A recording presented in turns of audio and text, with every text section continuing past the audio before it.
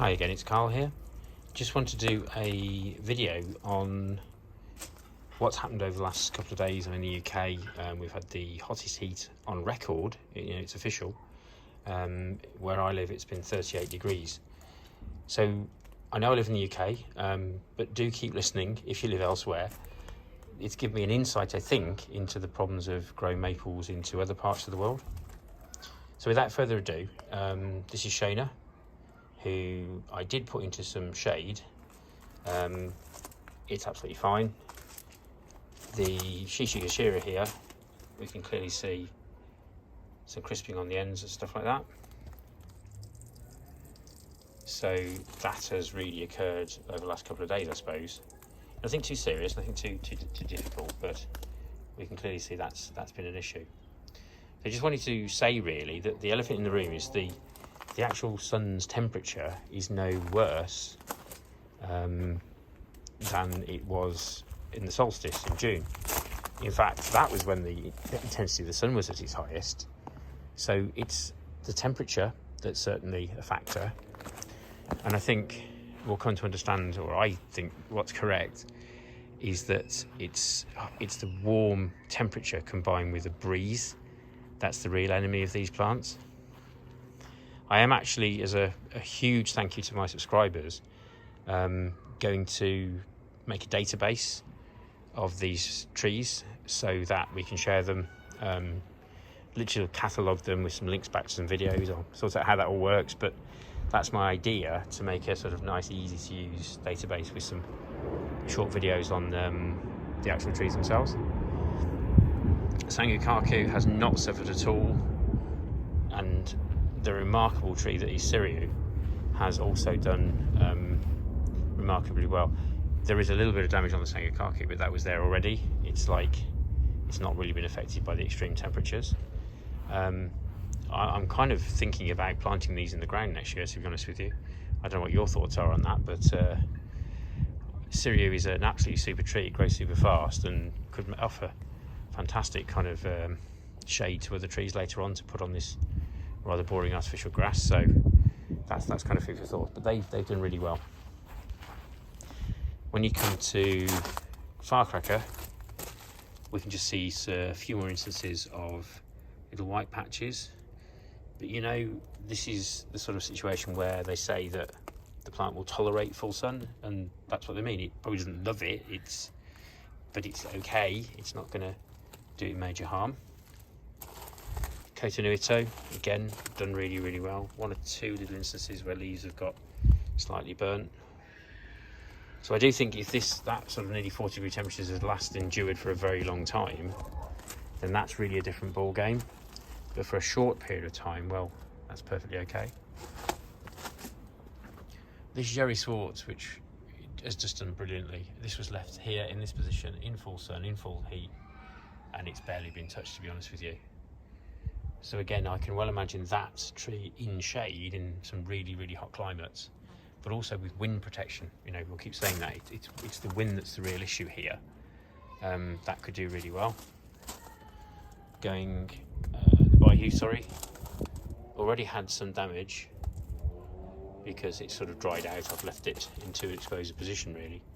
But this is what you see. The hot weather in the last 2 days has kind of sped up the whole process and really dried out the already damaged leaves.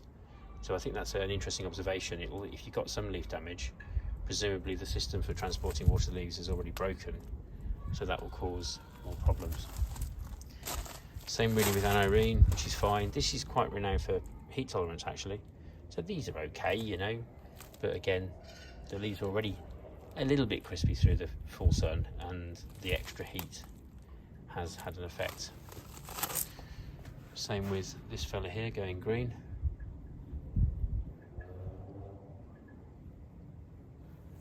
What I also did during the hot weather is I put the little trees right up against the fence.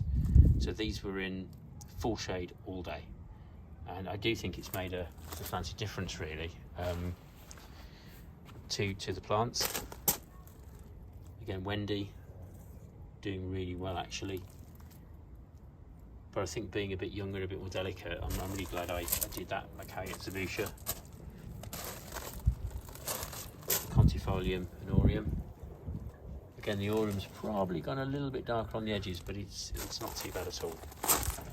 So full shade's been a bonus. Little Princess doesn't really need full shade actually, and from what I know now, I might just have left that one in full sun, as long as it's protected from that drying hot wind. Okashimo, absolutely fine. Breezed it, no problem at all. Same with Wilson's Pink Dwarf. And that one's kind of the same as well, they're going green. This fella here, Crimson Queen, though, just suffering from heat. So I think where I'm coming to with this is that if you read that a tree doesn't like the sun, it mustn't have direct sunlight and it mustn't have high winds. If we read or understand that a tree does like sun, what it really needs is full sun and not to have high winds. It's the wind that drives these things out excessively. A bit like here, this has been in lots and lots of shade, this paperwhite maple. Not a huge problem again, but you know, this is wind damage just drying those poor leaves out really. And this is despite me giving them a full, you know, a large amount of water and doing my best to protect them. Same with the neighbour Shadara. Again, sun tolerant you'll read, but it doesn't seem very hot, dry wind tolerant. And that makes sense to me. You know, these are little lace leaf leaves. They're going to dry out perhaps a bit quickly. Whereas Orange Dream, which isn't renowned to be very good in the sun, looks pretty good actually. So again, heat tolerance and direct sun tolerance, two different things.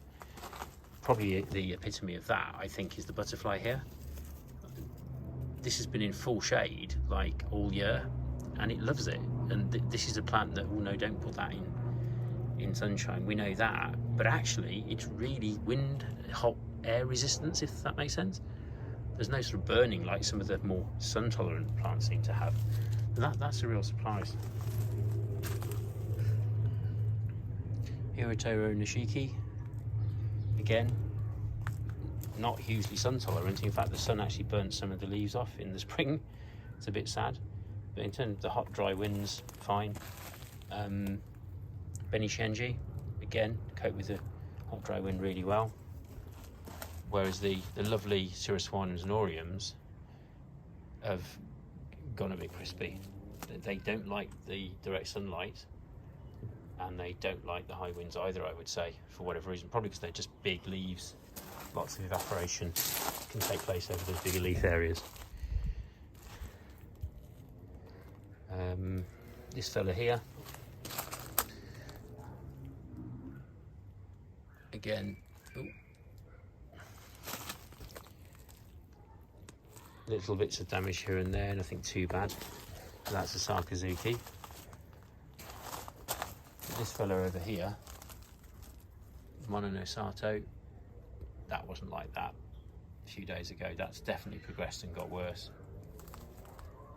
Again, Orange Dream, doesn't like sun, doesn't mind warm winds too much. Just whizzing around here too.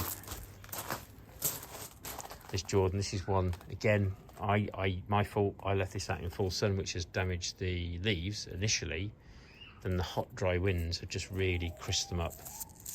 You know, it's like paper. It's really like that. Whereas the Bloodgood over here, pretty happy really. Hasn't really been affected by the high temperatures too much. Though I would say the amount of water the two Bloodgoods have soaked up is immense. So not ideal again to have the high winds. There's a little bit of damage, but they've done considerably well. Oh, this one here, the dissector filigree. Again, I've left that out the entire time, and it just proves that you can't generalise. This has done really well in direct sunlight. So I think some of the filigree ones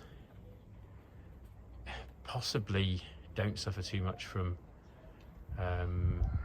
direct sunlight. They can control that really well. They don't have the sort of big leaf area to kind of get too overheated or something.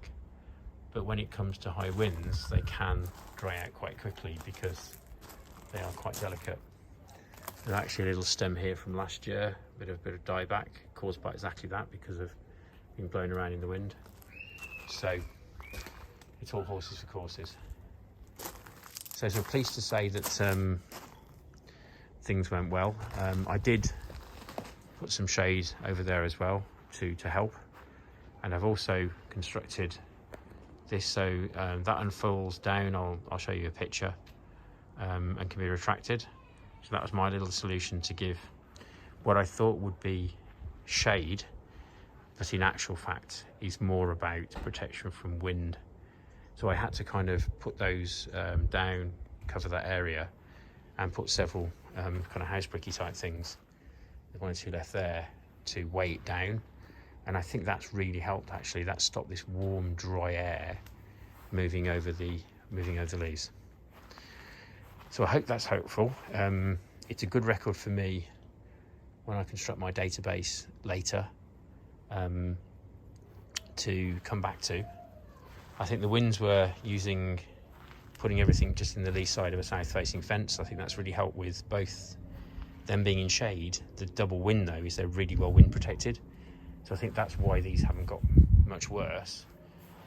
I think the ones that have suffered is where I've probably been able to protect them from direct sunlight, happy days, but that really hot, warm wind has created a problem. So may have, hopefully that's food for thought. There's certainly sort of winners and losers here, and some of them I don't think would do very well in 40-degree temperatures. But in summary, I do feel that some of the really heat tolerant ones, the Sangokaku, the Syria for example, if you treated them as if they were lesser trees in very hot climates, so they'll be okay in a zone 8 like this, that's fine, but maybe in a zone 9, give them some shade, keep them out of the wind slightly. I think they could be grown in some really seriously hot climates, to be honest. If I'm wrong, interesting, or if anyone's got any thoughts or experience of this, please do say so in the comments. I do hope that's been useful. It's been a very interesting couple of days, a bit worrying, but I'm feeling a lot more confident about my trees now. So here we have the temperature unit. It sends information by Bluetooth to your phone, so it's really handy. Full sun, 53 degrees. It's only mid-morning, and 14% humidity. I've taken the same unit and putting it under the canopy I've got with the bamboo roof. You can see the roof in the reflection. 36 degrees, much cooler, and 28% humidity, so that's a win-win really. So on the back wall, full shade, 33.8 and 30% humidity. So again, it's even a little bit cooler when it is in that full shade, but the canopy does very well. And just to say that actually under the canopy, under the leaves of a plant, that's just in the top of a pot, you've got the same 33 degrees odd, but you've got 34% humidity, so that's even better, I suppose, for keeping moisture in the atmosphere. So that's what it's like under the shade. I felt the shade's absolutely adequate in that way, but in terms of the wind, it was certainly blowing in from this side. So a bit of landscape fabric, staple to the top. I put a bit of wood at the bottom and staple that to it as well. And needed to weight the whole thing down with some bricks because it was blowing around considerably, I suppose. Advantage here, I can just simply roll that up, throw it on the top, and if there is another hot spell, I'm kind of good to go really. So this isn't a permanent solution. This is for those times when you just need a few days protection. That's what it looked like from inside really. You can see the wind blowing it. And that was really hot as well from the outside, but the combined action of the wind was fine. Because the wind goes through the fabric, you're not trying to stop the wind. That's not really the point. There is airflow through it to some degree, but you slow the wind right down and sort of tame it really. And that I think worked really well and stopped a lot of extra dehydration that we would otherwise achieved. What would you do if it's hot all the time? I'd use conifers, I'd use anything that's native to where you live to kind of make a natural windbreak, because you want it to be attractive as well. There's no point erecting, this kind of windbreak material or whatever that they use in nurseries everywhere. We want to enjoy our trees, so It's just getting something that's going to work for you, really. There we go, and take care.